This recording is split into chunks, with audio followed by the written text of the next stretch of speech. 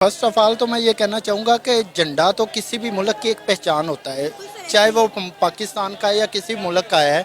All दो India हमारे revival country है, लेकिन झंडा या कोई भी जैसे हमारे मजहबी भी चीज़ें होती हैं, हम किसी का एहतराम करेंगे तो हमारा करेगा। में सिचुएशन ये है कि जैसे कि आपको पता है, इसके थोड़े तनाजुर में देखें तो इसराइल ने फ़लस्तीन पे हमला किया है। स्टार्ट से हम बात करते हैं ना, ईरान ने उसी तनाजुर में इसराइल को चैलेंज किया है कि आपने एक मुस्लिम मुल्क के ऊपर हमला किया तो हम आपके साथ हैं। लाइक सबसे तो मेन बुनियादी मकसद तो ये है, और मेरे मुताबिक भी शायद इसीलिए उन पर तनकीद हो रही है कि एक तो ये है कि इंडिया नो डाउट वो एक सुपर पावर के तौर पे उभर के आ रहा है, क्योंकि उन्होंने अपने मुल्क में एक तो जमहूरियत को रुज दिया है। फ़लस्तीनियों को बोला कि हम वैसे तो हम सब साथ हैं, हम भी कोशिश कर रहे हैं, कोई बाइकाट कर रहे हैं, कोई दुआएं भी पढ़ लेते हैं, चीज़ें भी कर रहे हैं जी बाइकाट कि जी किसी तरीके से इसराइल को हम, लेकिन इसराइल की इकोनॉमी इतनी कमज़ोर नहीं है कि हम उसको इतनी जल्दी ख़राब कर सकें। जय हिंद दोस्तों। भारत के साथ पंगा लेकर भारत का मजाक उड़ाने वाला मालदीव बुरी तरह से फंस गया है और भारत में मालदीव अवेयरनेस कैंपेन चलाने के लिए भारत सरकार से अनुमति मांग रहा है। लेकिन सर आप ये देखें ना कि जिस तरह आपने कहा कि इंडिया जो है उभरती हुई सुपर पावर है, दुनिया की 5वीं बड़ी इकॉनमी बन गया है, आने वाली 3री भी बन जाएगा। इस वक्त कोई भी मुल्क जो है वो इंडिया के साथ कोई पंगा कोई जंग अफोर्ड नहीं कर सकता, क्योंकि ये देखें इकॉनमी की जंग है और हर बंदा अपना अपना मुफाद देख रहा है। आपने देखा होगा कि जब भी किसी कंट्री पे बुरा वक्त आता है तो सबसे पहले इंडिया वहाँ पर पहुँचता है उसकी मदद के लिए, बगैर ये सोचे बगैर ये समझे कि ये मुल्क किस मजहब से ताल्लुक रखता है, ये कहाँ से बिलोंग करता है, इनका अकीदा क्या है। आप उनके मुल्क में हमेशा से जमहूरियत चलती आ रही है, एक प्रोसेस के मुताबिक इलेक्शन होता है, और आपको पता है हमारे मुल्क में इलेक्शन एक मजाक बन चुका है। तो जो मुल्क हमेशा एक प्रोसेस के जरिए आगे आते हैं वही लोग मुल्क तरक्की करते हैं। अब सीज़ होने का जहाँ तक ताल्लुक है और जहाँ तक जयशंकर साहब ने कहा है वो सारी बातें अपनी जगह ठीक है। इसको हम थोड़ा सा पॉलिटिकली और ज्योग्राफिकली अगर देखें, ईरान के पास ईरान की ज्योग्राफिक जो कंडीशन है वो आबनाए हर्म्स को कैच करती है। आबनाए हर्म्स समुंदर में वो जगह है, आसान लफ्ज़ों में बता देते हैं, जहाँ पे दुनिया का 40% तेल की ट्रांसपोर्टेशन हो रही है। अब उस ट्रांसपोर्टेशन को अगर चाहे ईरान किसी भी टाइम स्टॉप कर सकता है, दुनिया की इकोनॉमी वहाँ पे तबाह हो जाएगी। पहली चीज़ असल में ये जो उसने इसराइल के चक्कर में या इसराइल का जो कार्गो पकड़ा है उसमें इंडियंस आ गए, दैट इज़ बाय चांस। असल चीज़ ये है कि everything is fair in world and war, and this is world war 3।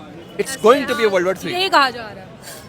दोस्तों आपको बता दें कि जिसे पाल पोस कर बड़ा किया, हर कदम पर जिसकी मदद की, इतना ही नहीं टूरिस्ट पहचान बनाने के लिए जिसे भारत ने सहयोग किया, आखिर उसी मालदीव ने भारत को ठेंगा दिखाया और चाइना के गोद में जाकर बैठ गया। आपको बता दें कि वही आंख दिखाने वाला मालदीव आज इकोनॉमिकल क्राइसिस से जूझ रहा है और फिर से भारत को मदद की गुहार लगाते हुए इंडियन टूरिस्ट को अट्रैक्ट करने के लिए भारत में रोड कैंपेन चलाने के लिए अनुमति की मांग कर रहा है। आंकड़ों के मुताबिक फिलहाल मालदीव की जीडीपी करीब 6.5 बिलियन अमेरिकी डॉलर की है। भारत ने पिछले साल मालदीव में 380 मिलियन डॉलर का पर्यटन किया, जिससे बॉयकॉट मालदीव तेज होने पर भारी नुकसान झेल रहा है। इस साल भारत की जीडीपी 3.73 ट्रिलियन डॉलर पहुंच गई है, जो प्रति व्यक्ति जीडीपी 2610 डॉलर हो गई। आपको याद होगा कि तुर्की में अर्थक्वेक आया, सबसे पहले इंडियन आर्मी वहां पर पहुंची और उन्होंने जाकर तुर्की की हर लिहाज से मदद की। श्रीलंका दिवालिया होने लगा, श्रीलंका को किसने बचाया? इंडिया ने। अफगानिस्तान को देख लें कि इंडिया किस तरह सपोर्ट करता है। असल में मकसद ये है कि इंडिया ठीक है करता होगा, लेकिन हर कंट्री के स्पेसिफिक गोल्स होते हैं, वो गोल्स करके करता है। पाकिस्तान में भी मुश्किलात आई तो इंडिया शायद हमारी मदद ना करे उस तरह। इंडिया के अपने स्पेसिफिक गोल्स हैं, वो उनके मुताबिक चल रहा है। हम सर देखें ना, हमने भी इंडिया के साथ बना कर नहीं रखी हुई ना, सबसे बड़ी वजह तो ये है। वो अब वजह ये है, ठीक है हमें ग्लोबल एक विलेज में रहते हैं, हमें सबके साथ बना के रखनी पड़ेगी, लेकिन सर हमने किसी के साथ भी नहीं बनाई ना। हम बीइंग अ पाकिस्तानी हम अफोर्ड नहीं कर सकते कि इंडिया को इतना इनकरेज करें। ठीक है इंडिया एक सुपर पावर है, हमें ये देखना चाहिए उसकी अच्छी चीज़ें अपनाएं और बुरी चीज़ें जो हैं उनसे अवॉइड करें और अपने मुल्क को आगे लेके जाएं।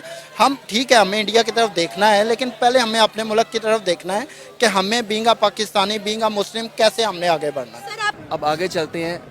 इंडिया और इसराइल ये दोनों एक ही हैं। मुसलमानों के दोनों खिलाफ है, मुसलमानों को दोनों तबाह करना चाहते हैं। अब जो शिप पकड़ी है उस शिप का असर ये होगा कि इंडिया को तो माइट भी पॉसिबल है उसके सोल्जर्स वापस कर दिए जाएं, लेकिन क्योंकि इंडिया के साथ कोई पंगा नहीं ले सकता। नहीं, इंडिया के साथ पंगा ले भी नहीं सकता और हमें ज़रूरत भी नहीं है, बिकॉज हम बात कर रहे हैं इकोनॉमी की। अगर वैसे बात करें ना हम इंडिया के साथ, वो एक अलग इशू हो जाएगा। अभी इस वक्त बात चल रही है और इंडिया पाकिस्तान के साथ पंगा नहीं ले सकता क्योंकि पाकिस्तान इज एक atomic power, nuclear power. India, वरना कब का इंडिया हमला कर चुका होता पाकिस्तान में, नॉट अ बिग डील।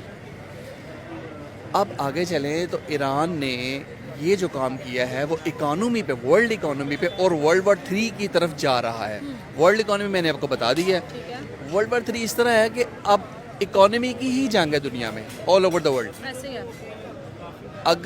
अगर सपोज ईरान इंडिया के 17 क्रू या जो भी उनके मेंबर्स हैं वो नहीं छोड़ता तो फिर अटैक होगा at every cost. Indian navy कोशिश करेगी उनको बचाने की। इधर से डेफिनेटली चाइना, पाकिस्तान, उनको भी इस जंग में कूदना पड़ेगा। ऐसे ही है। ने कहा कि हम पे बुरा वक्त आएगा तो इंडिया कभी भी हमारी मदद नहीं करेगा। अब आप ये देखें ना कि हमने भी तो कभी मुश्किल वक्त में इंडिया की मदद नहीं की है। हम इस जोगे ही नहीं है, टू बी वेरी फ्रैंक। हम क्या मदद करेंगे इंडिया की? हम अपनी मदद आप कर लें तो वही काफ़ी है मेरे ख्याल में। लेकिन सर देखिए, इंडिया की एक पॉलिसी बहुत अच्छी है, नेबरहुड फर्स्ट। वो इस पॉलिसी पे भरपूर तरीके से जो है अमल करते आई हैं। Back to differ. इंडिया ने जो अफगानिस्तान में जो काम किया है, अफगानिस्तान में जो टेरर को सपोर्ट कर रहा है इंडिया, जो थ्रू अफगानिस्तान हमारे मुल्क में आ रही है या थ्रू जो ईरान आ रही है, तो इंडिया की सपोर्ट तो है। अभी इंडिया ने खुद माना है कि वो पाकिस्तान में घुस के लोगों को मार रहा है।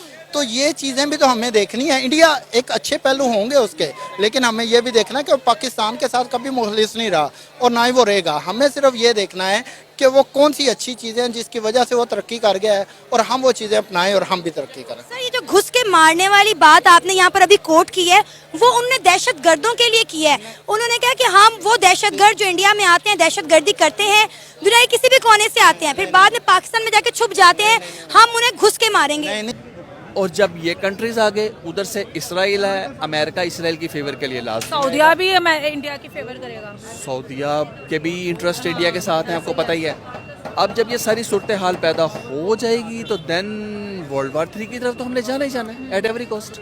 आपको क्या लगता है कि जो 17 इंडियंस जो कार्गो में मौजूद हैं, तो ईरानी उनको खुद हैंड ओवर करेंगे या फिर इंडिया कोई ऑपरेशन करेगा या इजराइल इसमें हेल्प करेगा? क्योंकि इंडियंस तो बाकी लोगों को बचा रहा होता है।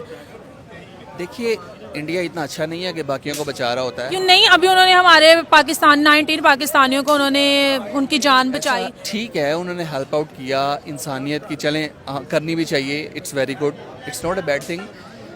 लेकिन बहरहाल ईरान को इंडिया के सोल्जर्स या जो भी क्रू हैं वो छोड़ देने चाहिए ताकि किसी भी बड़े हादसे से बचा जा सके।